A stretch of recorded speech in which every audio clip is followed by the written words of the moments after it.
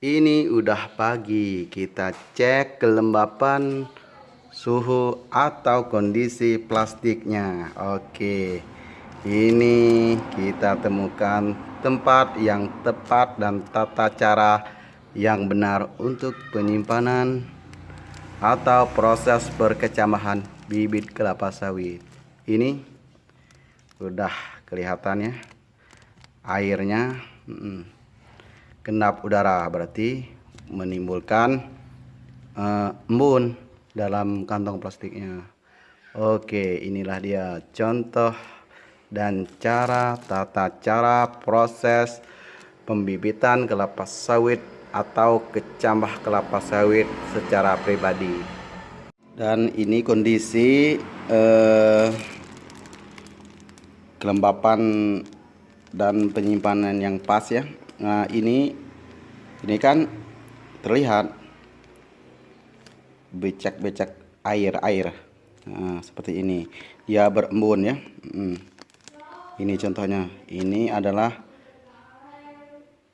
tempat dan kondisi plastik yang tepat atau penyimpanan plastik kertas ini. Nah, ini seperti ini kelembapannya. Menumbuhkan air atau embun untuk makanya bijinya di dalam. Biji di dalam akan menghisap ini. Jadi pertumbuhannya bagus. Berarti tidak terhambat atau waktu jangka 3 bulan udah bisa berkecambah. Ini penyimpanan yang tepat harus begini. Harus kita cek pagi waktu pukul 7, 6 itu harus kita lihat. Kalau dia nggak ada air seperti ini, kita harus pindahkan tempat penyimpanannya. Kita cari ya, harus mempunyai air seperti ini. Seperti ini ada air, jadi bijinya bisa makan dari airnya. Itu cara untuk proses perkecambahan bibit kelapa sawit. Dan kita selanjutnya melihat bibit yang saya bikin, yaitu ini ada jenis Tanera, dan yang satunya kita lanjut lagi melihat yang Dora. Oke, ini kita lanjut melihat yang Dora. Oke teman-teman, ini juga dari pertunjukan dari Tanera, ini ke buah Dora. Ya, ini uji coba saya bikin untuk perkecambahan bibit kelapa sawit Dora. Ini udah muncul. Kenapa? Tempat penyimpanannya oke. Ini kan udah saya tunjukkan air. Airnya ada. Ini harus seperti ini. Ya, dan perkecambahannya sudah tumbuh 1, 2, 3 dalam jangka 3 bulan. Ini hampir 3 bulan setengah baru muncul karena terhambat oleh plastiknya. Awalnya saya tidak mengetahui, jadi pengaruh besar untuk kantong plastiknya. Kalau udah digunakan satu kali, kantong plastiknya jangan digunakan lagi karena akan memperlambat atau proses perkecambahan biji kelapa sawitnya. Ini ya, ini bibit yang saya bikin khusus Dora ya.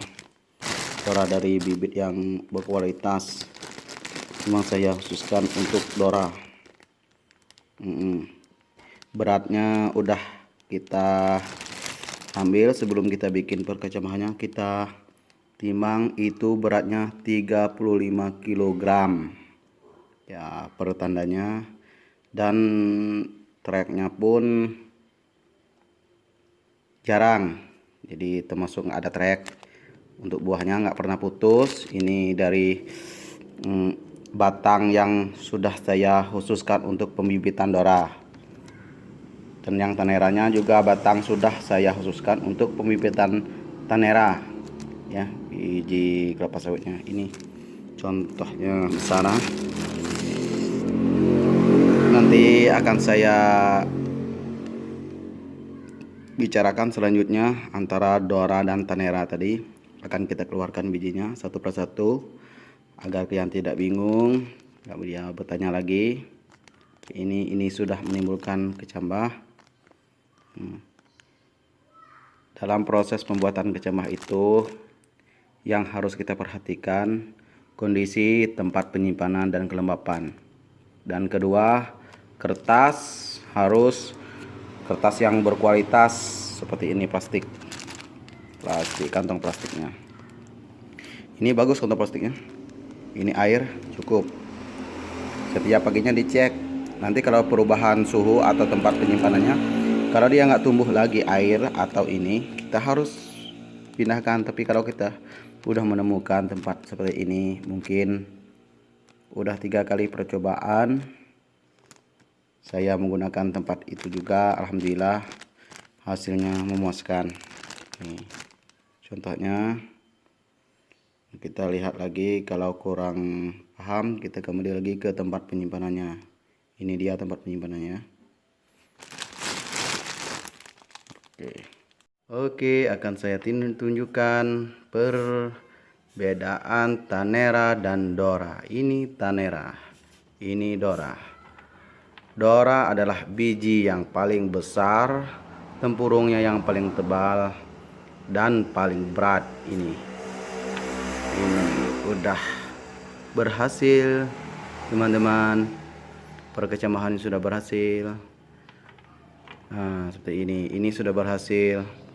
Yang saya lakukan atau proses pembuatan yang ketiga hampir 2.600 butir ya, yang akan saya bikin kecambahnya, yang kita masukkan ke ruang tadi. Itu contoh cara dan proses tempat penyimpanannya. Dan ini biji yang udah 3 bulan, yang udah penyimpanannya udah 3 bulan dan udah menimbulkan kecambahnya. Ini contohnya. Nah, kita persiapkan. Ini udah tumbuh. Oke, udah kelihatan ya, teman-teman. Ini Tanera dan ini Dora. Dora itu saya bikin bibitnya atau bibit kecambah kelapa sawit Dora hampir 70 butir. Cuma sedikit saya menggunakan Dora, cuma saya ingin mencoba aja. Cuma saya bingung sampai sekarang, atau dari pertama, kedua, dan ketiga, untuk cara pembuatan biji kelapa sawit atau kecambah kelapa sawit sudah bisa saya lakukan dan berhasil. Oke, berhasil perkecambahannya. Cuma yang belum berhasil cara membedakan biji jantan dan betina. Sampai saat ini saya belum bisa menentukan atau membedakan mana yang jantan atau betina.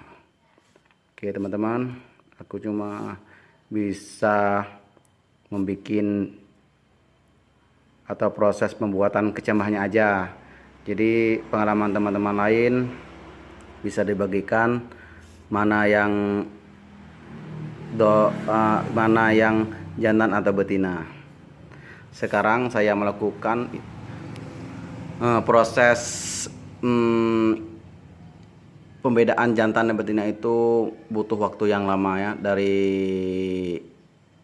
proses pembuatan bibit kecambah sampai dia berbuah atau berbuah pasir itu hampir 5 tahun. Jadi bukan jangka waktu yang pendek, karena kita kan tidak mempunyai pendidikan, karena nggak sekolah, cuma secara pribadi atau pengalaman pribadi sendiri.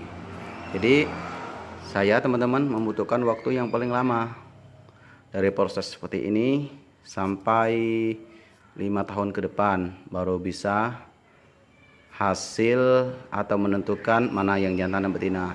Sekarang sudah saya lakukan uji cobanya. Uji cobanya sudah saya lakukan untuk mengetahui mana biji yang jantan atau betina.